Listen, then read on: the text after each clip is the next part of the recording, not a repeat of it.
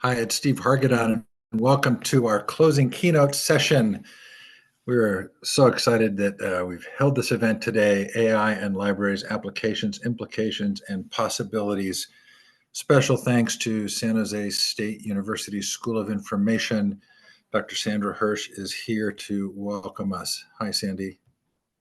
Oh, hi, everyone. I'm Sandy Hirsch, Associate Dean for Academics at the College of Professional and Global Education at San Jose State University. And what an amazing mini conference this has been. It has been so remarkably interactive and stimulating and so much interesting discussion. I've enjoyed every minute of it, but I don't want to take away from our exciting closing keynote. So I want to pass the time back over to Ray and to our keynote speaker. And I've enjoyed this, and we're so pleased at San Jose State to have sponsored this remarkable event. So over to you, Ray.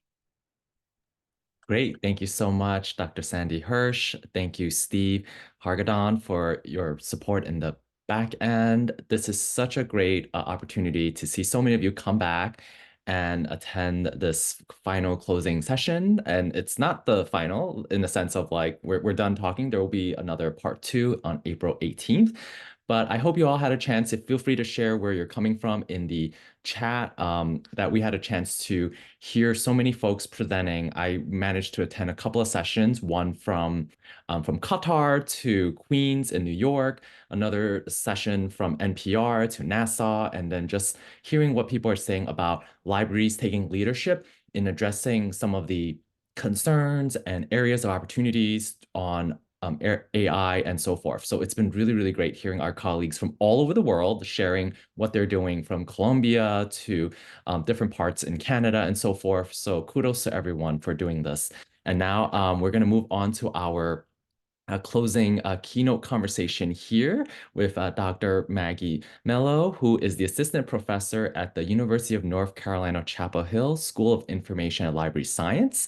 And Dr. Melo is, you could see the bio on the website, is a really accomplished scholar and looking at information-seeking behaviors among students from underrepresented groups in makerspace and so many other critical areas. So we would do this format a little differently. We're going to have Dr. Melo do a slight presentation where she can introduce some of her thinking, and then we'll have a conversation. But first, thank you and welcome, Dr. Maggie Melo.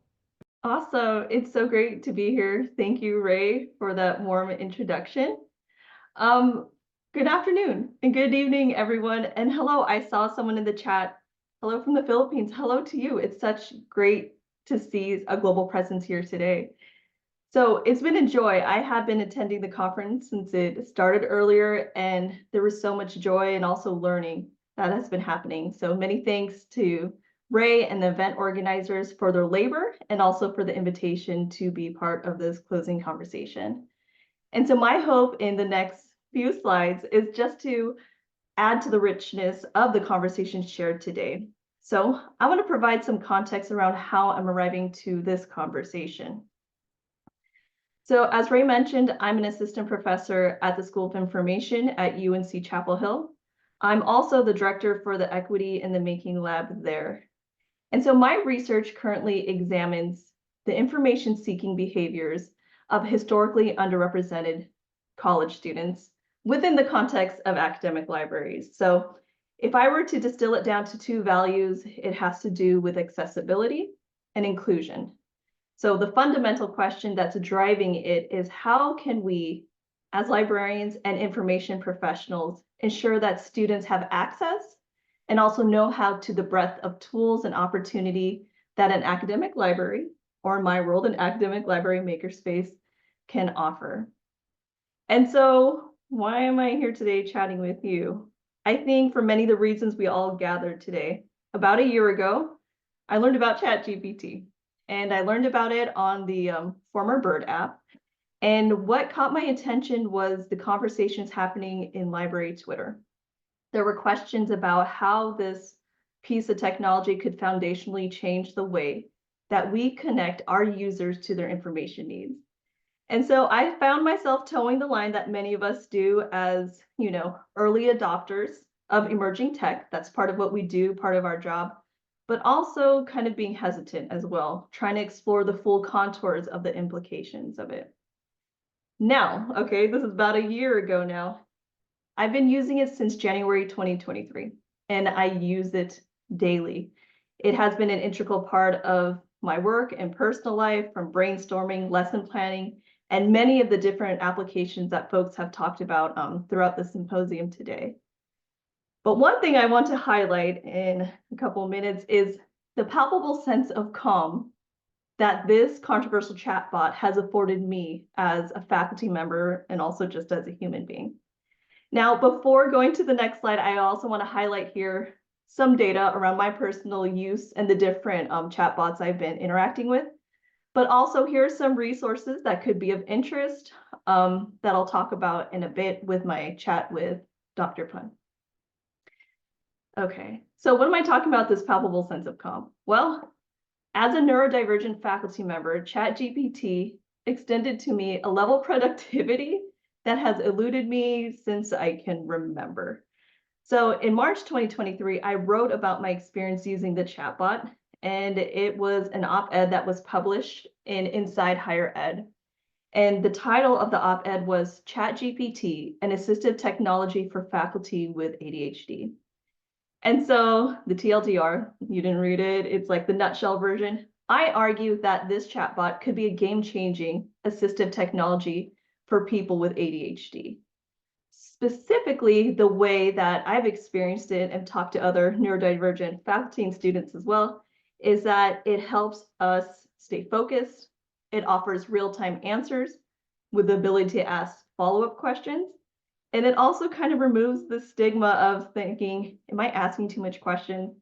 Do I look silly? Do I feel like I am, imposing too much of their time? And so what happens is ChatGPT has allowed me this kind of controlled chaos with a writing process and work process that is definitely not linear. And so over the year, we've saw a lot of discourse around generative AI, right? Folks were asking big, important questions around privacy, surveillance, and licensing, right? Ethical considerations. But I too was also asking, is it ethical to ban a tool that could be potentially supportive of underrepresented communities in a college setting, in an academic library? And so to be sure, the big conversation of generative AI I think it's becoming more balanced now, right? Seems to be a lot of fear mongering in the beginning, but now we're thinking of the positives, the negatives, but importantly, what I think is still lacking is we need to think about the impacted communities more so. And so that's kind of how I'm going to wrap this piece up so we can get into our conversation together. This is where my personal intervenes with my research. I'm a faculty member, yes, but I'm also entering this conversation as a Filipino-American first-generation college goer. And so a lot of my experience when it comes to navigating the unfamiliar terrain of the academy has been fraught with ideas around, I need to be self-reliant. There's a certain stigma that comes with asking for questions. And there's this consistent risk assessment of, who can I ask? Are they going to harm me? Are they going to be okay with giving me information? And so my research right now focuses on how first-generation students of color, number one, feel about ChatGPT, but also how this has impacted their academic help-seeking processes as well. So fast forward to now, to this conversation, a few things that I am kind of standing on and really thinking about. First thing is, many of us talked about this, ChatGPT and generative AI will continue to be ubiquitous. It's not going anywhere. Studies are showing that nearly a third of students are using it. Second thing is reducing ChatGPT to a cheating tool. It minimizes the nuance and potential help that it could serve to underrepresented communities. It also, and I'm curious to hear others' thoughts about this too, it's beginning to sow a level of distrust and secrecy in the classroom. And I feel it throughout the semesters now, where we know that we're using it, right? Students and faculty, but we don't talk about it. And that level of distrust is not conducive for the learning environment. And the last thing I'm going to leave with is this. As a faculty member in a professional school, my goal is to ensure my students leave with the best foot forward to find a job that they like and that they can land. And right now, research is showing that 42% of the jobs that are being posted are from employers that are looking for applicants that have AI development skills or expertise or usability. So for me, as a faculty member, I feel like I have another level of ethical responsibility to not only talk about ChatGPT and other chatbots, but also ensure that my students have facile applications and experience working with it as well. So I'm going to pause right there because the best part is coming now because I get to talk to Dr. Pun about this. So I'm going to stop sharing and jump in conversation with him. Great. Thank you so much, Dr. Maggie Melo. And a lot of people are commenting on different aspects and so forth. So we're going to get right into some of the points you raised. And it's really, really interesting, especially the op-ed that you wrote and you shared, indicating how these tools might support your writing processes, especially for anyone with learning differences who might be writing anxiety or might have these experiences, right? That a tool can help support that. And so it's been a year from now. I wanted to ask you, how have you felt about it? Same, different, or somewhere in between? Ray, I feel the same. Well, about a couple of things. The first thing is on one of the slides, I provided some personal data on how I've been using generative AI.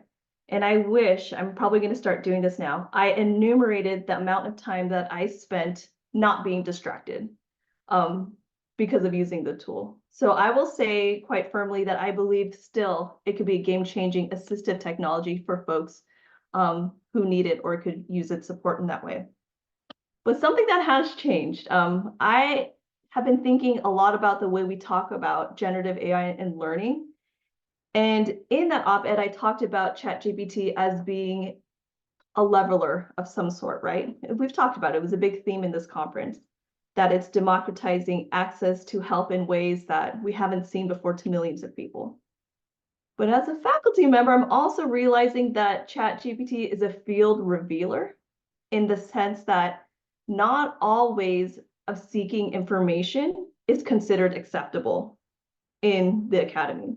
So for example, if a student is needing some help, totally fine to go to a professor, go to the writing center, or even hire a tutor to help them with their writing.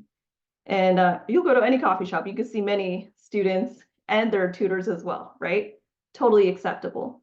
But when it comes to receiving similar help from this controversial chatbot, that's when the questions come up. That's when ideas and questions around academic dishonesty and cheating as well. And so not only is it talking about making a field level, but it's also showing a hierarchy of what's acceptable and what isn't. And then when you think about it historically, who has access to those different types of services? Let's say the writing center and the hired tutor, they're usually from students from continuing education families that have degrees already, families that have kind of know how to prepare their students for college and also through success throughout. And so that's where my mind is thinking and evolving. And I think there's something missing there, and that we should really continue to think about impacted communities a little bit more locally, hyper locally in that sense. Yeah, that's a really great point there about how it reveals the socioeconomic structures that are inherent, like built in with the inequities that you're pointing out in terms of how users in the past, right, before this tool would not have realized. And so that's really interesting in framing of it. And I really appreciated how we're framing this conversation that it really is a trade-off at the end, folks. Like there are so many considerations, right? We've talked about it in some of the talks, and you've been hearing about it all over the news, and also looking at the benefits in terms of advancing the areas of accessibility, equity, and so forth, but also realizing that there's going to be some of these issues to continue to contend with. And I really appreciated, Dr. Maggie Melo, that you talked about your positionality and then your work, your identity, fostering into how you see these tools and these technologies that we know are not neutral. So I wanted to ask you, tying into also with what someone mentioned in the chat box, tell us about like your work and how it really intersects with AI technologies, maybe looking at from the makerspace point of view. Yeah, so as I talked about earlier, two fundamental values guiding my research is access and inclusion. And so my work has been within academic library makerspaces for over a decade now. And my question was, why do students from historically underrepresented communities typically don't engage with makerspaces, right? Why do they approach the threshold and they decide, I'm not going into that space? It's unfamiliar and it's kind of scary. It's a bit intimidating. And so this extension of my research brings me to a different threshold. It's the threshold that first generation student of color communities face when they're trying to figure out how they navigate an unfamiliar environment, similar to like a makerspace. And so my research began to shape more. Over the course of the last summer, I'm part of the university's pan-university AI committee. And it's pretty cool. I get to work with faculty across different disciplines, and we devised guidance, not policy. Policy, not quite. Guidance, because it offers flexibility for researchers, faculty, and students. And so what we did is we implemented that. I have that on the slide so folks could reference that if they're looking for some language as well. But what was interesting to me, and you talked about this earlier in the opening keynote, Ray, I began to look at the policies within the UNC system. And there are 16 universities. And as of January, there were only 5 universities with policies or guidance. And so what was interesting to me is my gut reaction initially was banning ChatGPT and artificial intelligence is terrible. But actually, now I feel like not having guidance at all is probably worse, right? Because what happens now is with the ban, students know upfront, okay, I'm not going to do it. I could be penalized. This could ruin my academic career. But if there is no guidance, the onus is on the students to determine whether or not the risk that they take is going to pay off for their academic success or can doom them. And that's not cool. And that's not fair to them. And so right now with my research, my goal is to focus on first generation students of color, how they perform academic help seeking in order to provide empirical data for policymakers across universities to know that your policies or the lack thereof are impacting communities in different ways. And so when I think about my thinking, it all boils down to those thresholds and access and inclusion. But yeah, let's put up some guidance there because it's not fair to students to make all these risk assessments.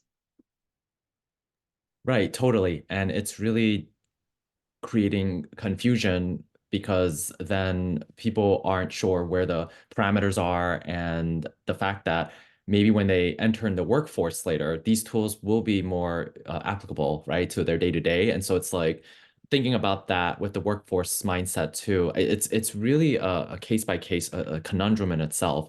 And so we really want to thank you for like thinking through that and sharing your thoughts. And so from your point of view, how should library and information science education prepare for the workforce of library workers knowing about AI technology? What are your thoughts?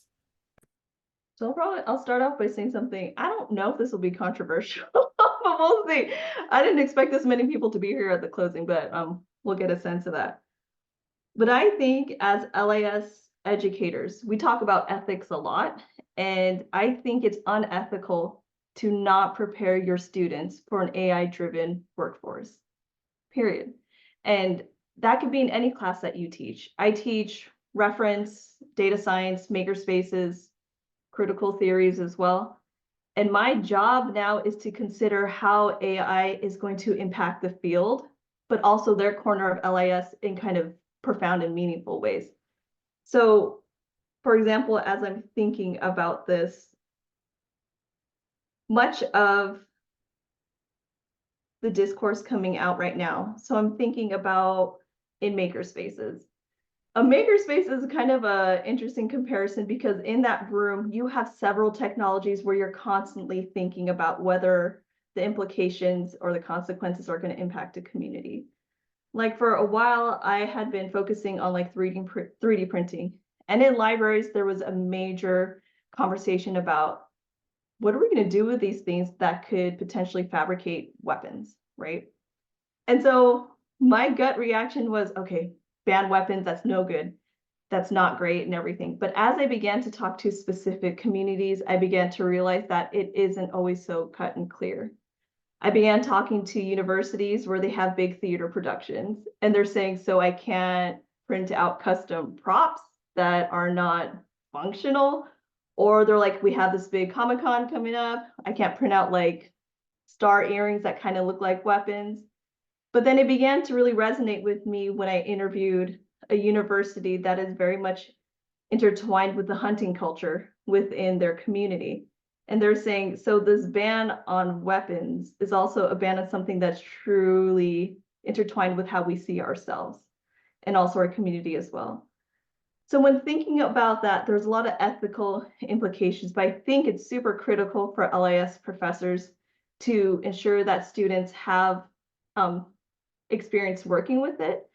They don't have to know the intricacies of machine learning and LLMs, but I think their students should be able to speak to how it impacts them in the archives, in the makerspace, with cataloging, with reference services. They should be able to speak to that. The second thing I want to say is, when it comes to preparing students for AI workforce, I think there will be this continued desire for human connection. Esther Perel, who's a therapist and also a researcher, said that with the rise of artificial intelligence, we'll see the rise of another AI, which is artificial intimacy. There is this lack of human connection that people are continuing to crave. Like, for example, earlier before I was on this conversation, I was trying to get access to my personal website, and the chatbot kept sending me all these things. And I'm like, stop it, send me to a real person right now. And I feel like that's a small instance of like kind of a bigger craving that folks will have. And as faculty, I think we should continue to foster those interpersonal or soft skills that are so important and are mainstays to our field as well. So when I think about it, I think about those two things. It's unethical to not train students and also expose them to AI, but also some of our strengths as a profession resides in our interpersonal skills, and we should continue to refine and develop them too. Yeah, no, totally. I thought that was really interesting. Artificial intimacy and the lack of human connection and the whole idea of human knowledge and experience, which is really about what humanities and social sciences is all about, right? Like for those who are English, art history, right? People who have dedicated their lives, they're in college majoring in, and unfortunately, we're all seeing this, a dismantling of humanities and social science programs. And as a result, that has implications of people not understanding the importance of fostering those human connections, understanding injustice, right? And so then you see these technologies kind of coming up and sort of taking over in a sense of like people without that humanities background, right? Or thinking about the experiences of the human condition. That's very difficult, but also needed, right, to operate. And so I see this this public dismantling of humanities and social science in the United States and maybe elsewhere in the world, the devaluing of it, but also like what does that mean for those who are then using these tools, and sort of trained in a way that they're craving for those connections. So I hope I made that that sort of these different parts clear, because it's like in my mind as I'm hearing what you're sharing. And before we move on to another question, wanted to see if you had any thoughts about that or. No, yeah, I'm also kind of like looking through the chat right now, and yeah, folks are just agreeing with it, but also how artificial intelligence is creating these kind of substitutes for human connection, right? Someone mentioned having an AI boyfriend or an AI friend, and I think what makes it so difficult in us as librarians and information professionals to think through is being face to face with someone. In order to have meaningful dialogue, there needs to be that kind of friction, right? Oh, I don't understand what you're talking about, Ray. Can you like follow up what you're saying? There's miscommunication, but AI is a way to kind of familiarize and make it less complicated. So I think that's something also to consider too. Working in a maker space, trying to get people in, the level of friction to pass that threshold is high. For first generation students of color to ask a question, the friction is high. But as information professionals, we have to consider figuring out ways to make it less tense and also lessen the threshold in that way. Yeah, thank you for sharing that. Totally agree. There's this, I echoing of this movie. Is it Her, with Joaquin Phoenix and Scarlett Johansson? Like this intimacy, and we're all experiencing this in different ways of isolation and loneliness, which is a public health epidemic crisis happening around the world. Even in, as I read, in Japan and in United Kingdom, there are loneliness ministers, right, trying to address this using robotics, using potentially AI, and or just like analyzing this. So I'm curious to see how that's going to play out later with these issues that we're experiencing, plus the responses. And so we have a few minutes here, so I wanted to get into this last question, which is thinking about how these tools are entering in our spaces and have been, right? We had mentioned earlier that AI has been always used even before generative AI tools came up in terms of digitization, OCR, metadata, indexing, discovery. So there's been a long workflow that a lot of people have been doing prior to arrival of OpenAI with ChatGPT. And so we're seeing this as a result of potentially a commercialization or commodification of knowledge work of our field, like in a way of outsourcing, which is not new. A lot of libraries have outsourced to a certain extent technical services work. But thinking about that happening with this kind of experience with AI and how it's part of this outsourcing or being part of this commodification of areas like technical service, virtual reference service, and to a certain extent, LIS or ILS, integrated library systems and e-resources. I wonder if there's something you want to mention or share about the tensions you see with AI tools in this area and how we're basically subscribing to more resources, right? And these are all for-profit tools. Yeah. That is such a great question. And sometimes I like to tell my students, like, that's a really good like dissertation question.